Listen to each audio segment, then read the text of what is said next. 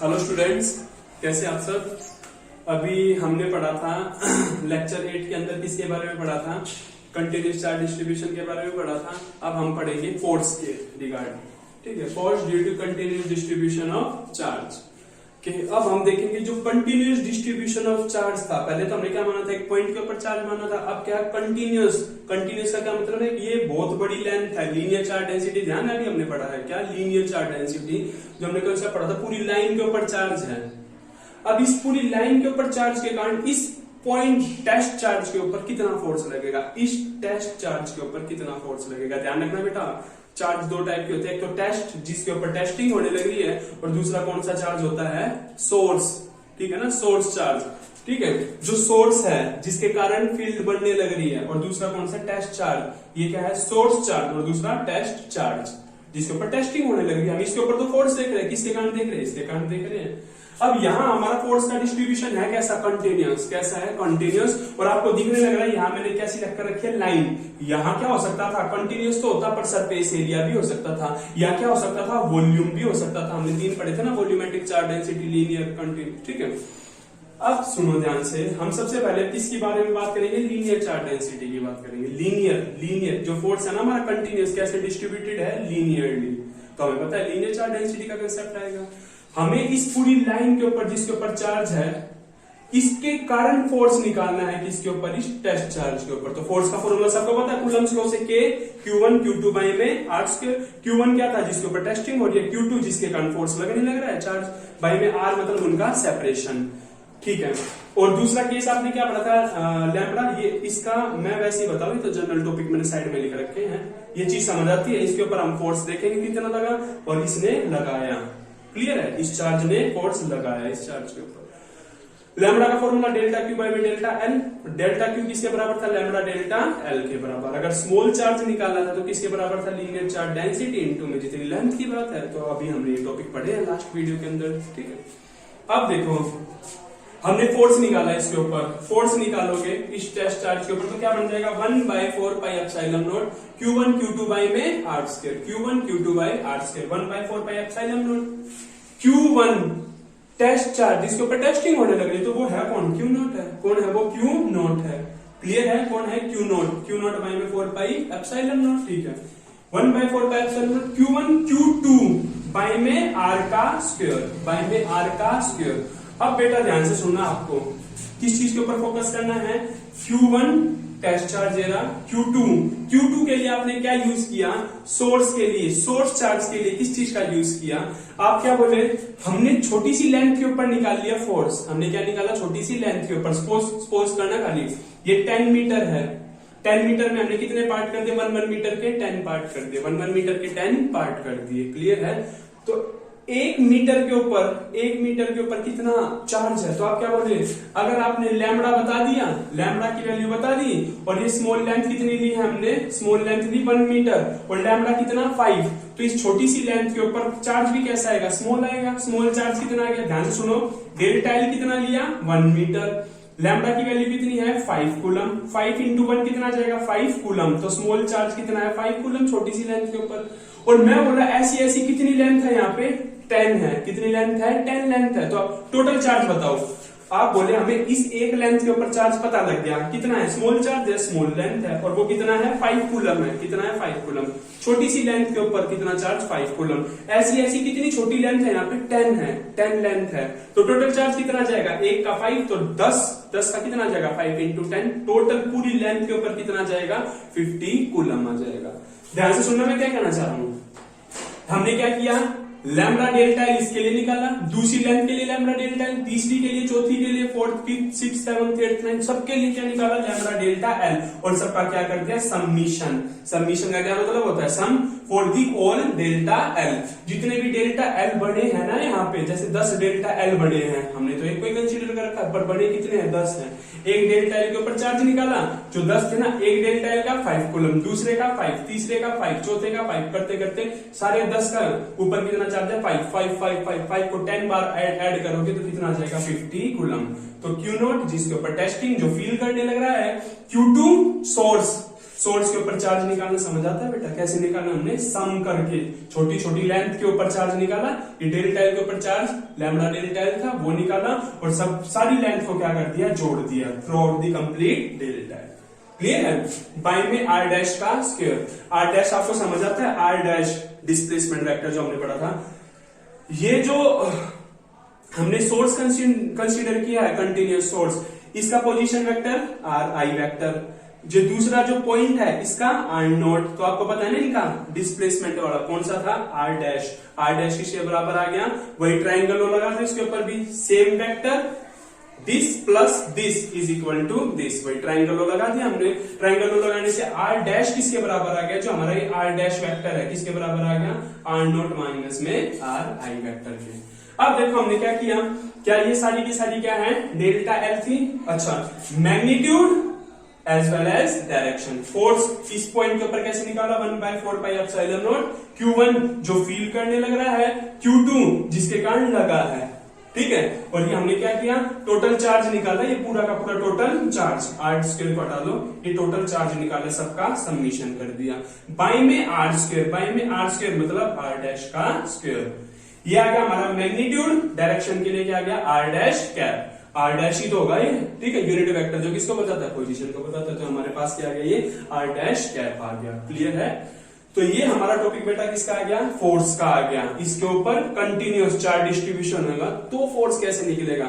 हम पॉइंट लगाते थे तो क्या करते थे, के Q1 Q2 bye are square, ये तो पॉइंट के केस में था, पर जब कंटिन्यूअस होगा ना चार्ज, कंटिन्यूअस डिस्ट्रीब्यूशन है, लाइन के ऊपर है, सरफेस के ऊपर है, वॉल्यूम के ऊपर है, तो उस केस में हम क्या करेंगे, इस फॉर्मूले का यूज करेंगे। अब देखो ध्यान से, when delta L tends to 0, the sum become an integral and total force is given by, ये आपने 11th स्टैंडर्ड के अंदर पढ़ा होगा मैथ्स के अंदर, ठीक है। उस केस के अंदर हमने क्या कर दिया कि डेल्टा एल कैसे है, बहुत ही स्मॉल सेगमेंट कंसीडर कर रखे हैं, तो उस केस में हम क्या कर देंगे, इसका कंप्लीट इंटीग्रेशन कर देंगे। क्या कर देंगे, कंप्लीट इंटीग्रेशन कर देंगे। Q नॉट बाय में 4πε0 समीशन, और ये भी क्या, इंटीग्रेशन भी तो सम ही तो होता है, एस, इंटीग्रेशन का साइन भी क्या होता है, एस ही तो होता है, ये एस इंटीग्रेशन भी क्या है, वही चीज है, सम ही है। पर अब क्या करा हमने, इंटीग्रेशन कर दिया through out the complete length L, इसकी लेंथ कितनी है कंप्लीट, ये तो छोटी सी डेल्टा एल, पर पूरी लेंथ कितनी है, एल है, लैम्बडा डेल्टा एल बाय में आर डैश का स्क्वायर आर। तो ये हमारे पास क्या आ गया बेटा, फोर्स आ गया, किसके ऊपर, इसके ऊपर, किसके कारण, इस कंटिन्यूअस डिस्ट्रीब्यूशन ऑफ चार्ज के कारण। क्लियर है? ठीक है, पॉइंट के कारण हम फॉर्मूला ये लगाते थे, पर अब हमें पता कंटिन्यूअस है, तो कंटिन्यूअस के केस में फॉर्मूला क्या बन जाएगा, कंटिन्यूअस चार्ज है तो उस केस में फॉर्मूला क्या बन गया, ये फॉर्मूला आ गया हमारा। अब बेटा आपका एक काम क्या है कि बुक के अंदर जैसे मैंने किस केस में बताया है, लाइन के ऊपर लीनियर चार्ज डेंसिटी, दूसरा केस किसका आ जाएगा, सरफेस का, और तीसरा केस किसका आ जाएगा, हमारा वॉल्यूम का। क्लियर है? तो सेम एज इट इज जब सरफेस की बात करेंगे तो उस केस में क्या आ जाएगा, Q नॉट बाय 4πε0, सरफेस के केस में क्या आ जाएगा, सिग्मा ds, जैसे लैम्बडा dl था वही चीज सरफेस चार्ज डेंसिटी का केस यूज करोगे, आ गया एज इट इज। और जब हम वॉल्यूम का यूज करेंगे तो वॉल्यूमेट्रिक का यूज करेंगे। क्लियर है? तो ये एज इट इज कर लेना, सेम बिल्कुल डिटो यही प्रोसीजर रहेगा।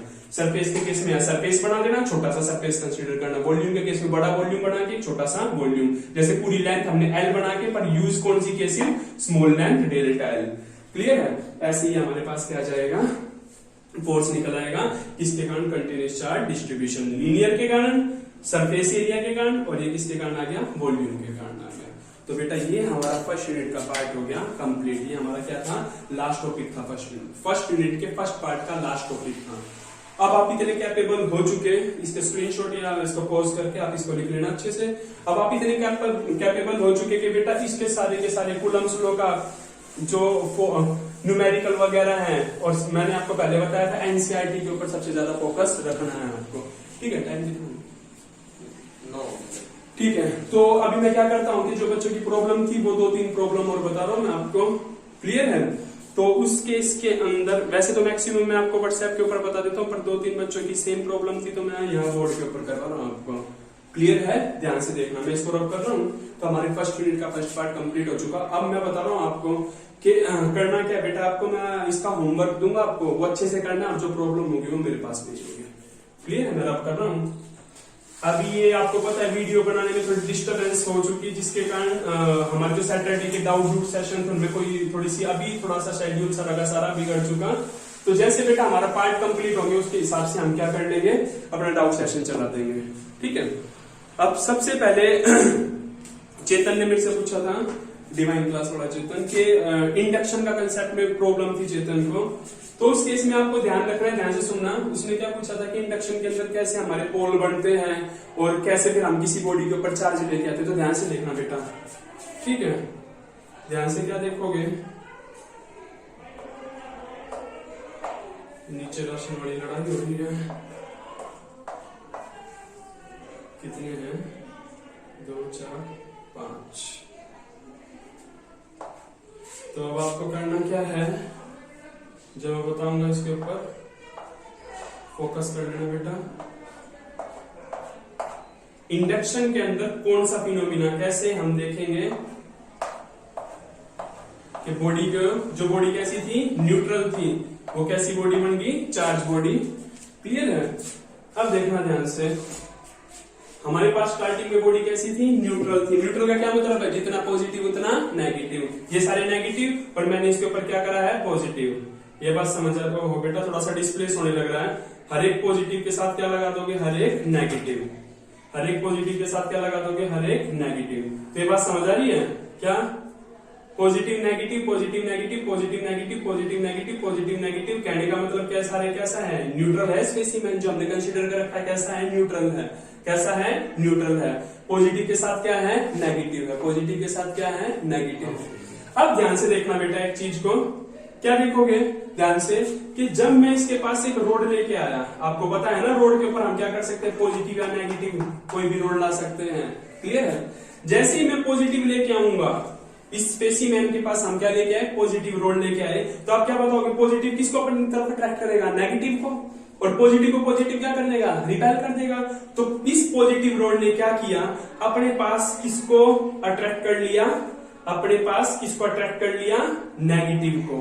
किसको कर लिया, इस पॉजिटिव रोड ने नेगेटिव को कर लिया अट्रैक्ट, और दूसरी साइड पॉजिटिव क्या हो गए, दूसरी साइड आ गए। तो इस साइड पूरा का पूरा कौन सा पोल बन गया बेटा, नेगेटिव पोल बन गया। इस साइड पूरा कौन सा बन गया, पॉजिटिव पोल बन गया। क्लियर है? इस साइड पूरा कौन सा बन गया, नेगेटिव पोल, और इस साइड कौन सा बन गया, सारा का सारा पॉजिटिव पोल। अच्छा, बीच में देखना क्या हुआ, बीच में देखो इससे क्या हुआ, बीच में चेतन है, केवल पकड़ लिया। तो बीच में आप क्या चीज देखोगे, बीच में आप क्या देखोगे, क्या यहां जैसे हम इस पॉजिटिव रोड को लेके आए हैं, इसके पास हमने क्या देखा, टच नहीं किया। हम किसकी बात करें, इंडक्शन की। तो उस केस में क्या देखोगे कि इस पॉजिटिव ने नेगेटिव को अपनी तरफ क्या कर लिया, अट्रैक्ट, और दूसरी साइड सारा क्या आ गया, पॉजिटिव आ गया। और बीच में देखना चला दोबारा क्या आ गया, positive negative, positive negative, positive negative, positive negative, positive. मतलब बीच का सारा कैसा बन गया, ये न्यूट्रल हो गया। क्लियर है? बीच का कैसा है, न्यूट्रल, और हमारे क्या बन गए, पोल बन गए। एक साइड सारा कौन सा बन गया, नेगेटिव पोल, दूसरा कौन सा बन गया, पॉजिटिव पोल। क्लियर है? ये चीज हमारे किसके अंदर होती है, इंडक्शन में। सबसे पहले कौन सा फिनोमिना था, पोलराइजेशन। फिर हमने इस साइड की क्या कर दी थी, अर्थिंग। क्या कर दी थी हमने, अर्थिंग। अब आपको ध्यान होगा बेटा क्या, कि पॉजिटिव तो कभी मूव करता नहीं, क्योंकि पॉजिटिव कैसा होता है, हैवी। कितने टाइम्स बताया था, 1837 टाइम्स। ठीक है, तो यहां से कौन मूव कर जाएंगे, इलेक्ट्रॉन। इसको भी क्या कर बना देंगे, ये न्यूट्रल। इसको भी क्या बना देंगे, न्यूट्रल बना देंगे। इलेक्ट्रॉन है, इसको भी क्या बना दिया, न्यूट्रल बना दिया। इसको न्यूट्रल बनाने के बाद हमने रोड को हटा दिया। रोड को हटाते हम क्या देखेंगे, ये भी न्यूट्रल, ये भी, ये भी, ये भी, ये भी। सिर्फ और सिर्फ स्पेसिमेन पे कौन सा चार्ज आ गया, नेगेटिव चार्ज। आई होप कि आपको समझ आ गया होगा। अब आपकी मर्जी है बॉडी के ऊपर आप नेगेटिव चार्ज लेना चाहो चाहे पॉजिटिव चार्ज। क्लियर है बेटा? थैंक यू बेटा, बैठ जाओ। तो ये हमारा कंसेप्ट किसका था, ये आपकी क्वेरी थी बेटा, इसका ध्यान रखना। बताया था ना आपको, ये वाला इस साइड वाला जो चार्ज आता था वो कैसा था, फ्री था। इस साइड कौन सा था, बाउंड था, बाउंडेशन थी, उसके ऊपर खींच रखा था। तो अब मैं कर रहा हूं इसको रब। उसके बाद न्यूमेरिकल प्रॉब्लम थी।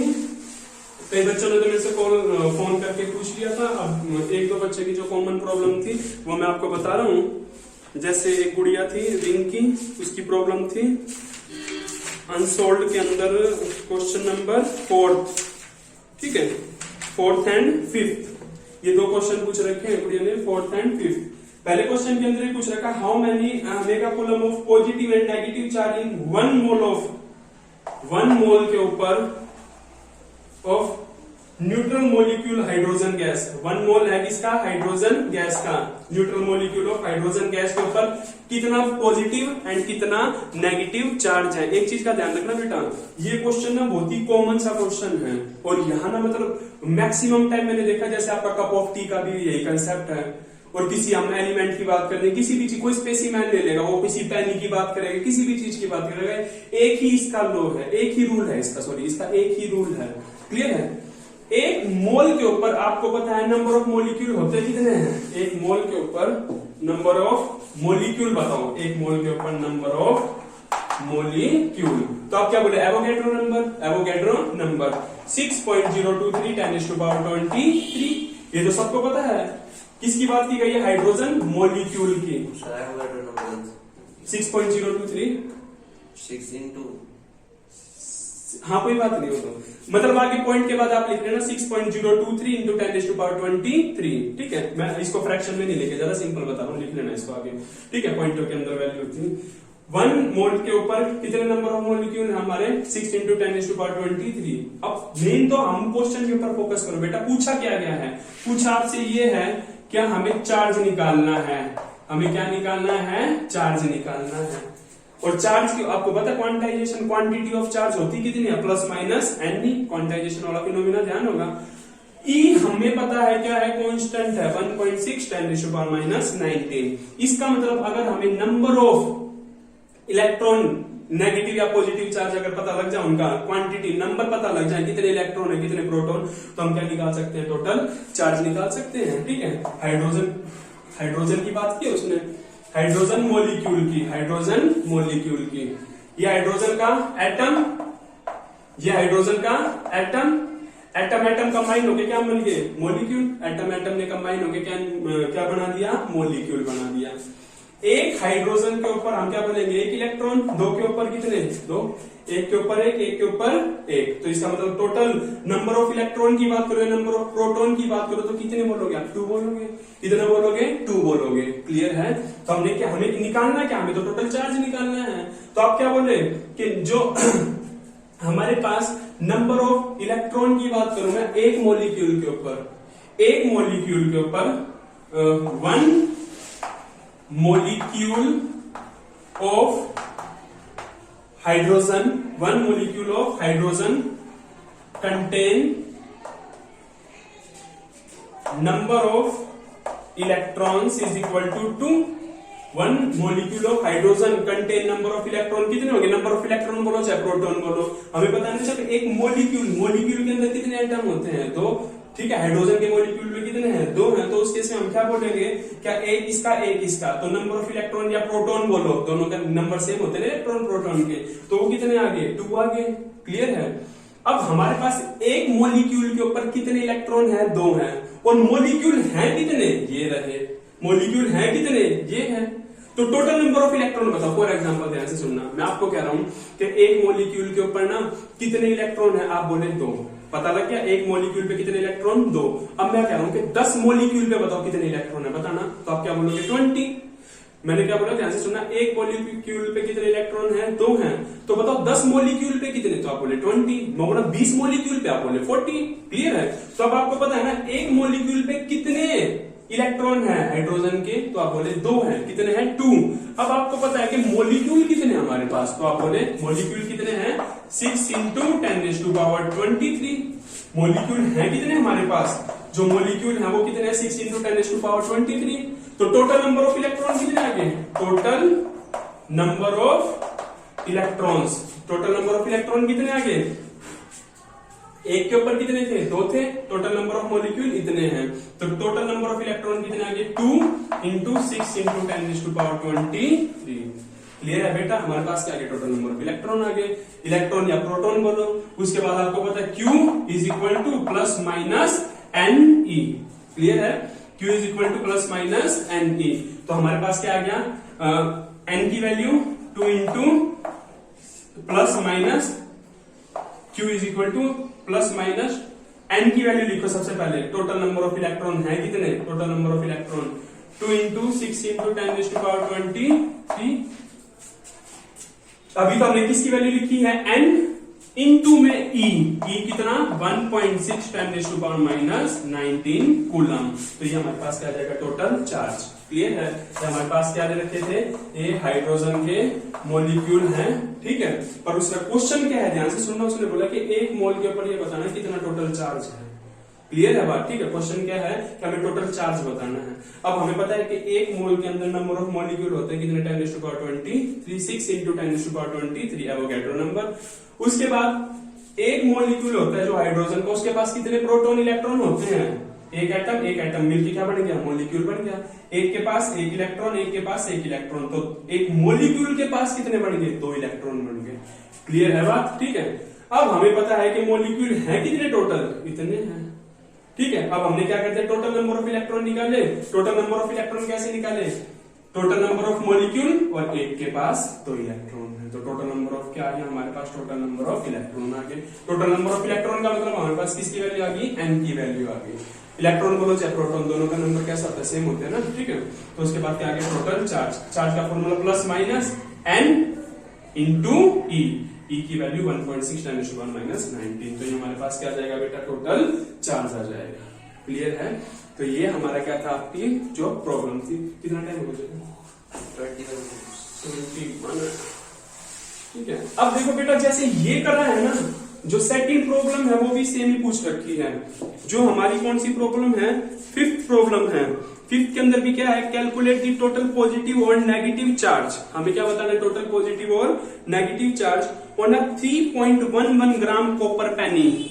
जैसे पेनी क्या होते हैं, वो सिक्के नहीं होते, आपने देखे होंगे छोटे छोटे, ठीक है। एक पेनी के अंदर 100 पाउंड, पता नहीं क्या कुछ ऐसा कंसेप्ट था, एक पाउंड के अंदर 100 पेनी, कुछ ऐसा था, ठीक है। कॉपर की सी बनी होती है, छोटी सी चवन्नी बोलते हैं, जैसे हमारी चवन्नी होती है। तो उसने क्या बोला कि कैलकुलेट द टोटल पॉजिटिव और नेगेटिव चार्ज। इसका मतलब हमें वैल्यू किसकी निकालनी है, क्यू। हमें पता है हमें क्या वैल्यू निकालनी है, क्यू की वैल्यू निकालनी है। अगर हमें एन पता लग जाए, ई की वैल्यू तो पता ही है हमें। इसका मतलब अगर हमें प्रोटॉन या इलेक्ट्रॉन का नंबर पता लग गया तो हम क्या निकाल देंगे, टोटल चार्ज निकाल देंगे, क्योंकि ई की वैल्यू तो कैसी होती है, कांस्टेंट होती है, ठीक है। अब देखो, कैलकुलेट टोटल पॉजिटिव और negative charge on 3.11 gram copper Penney.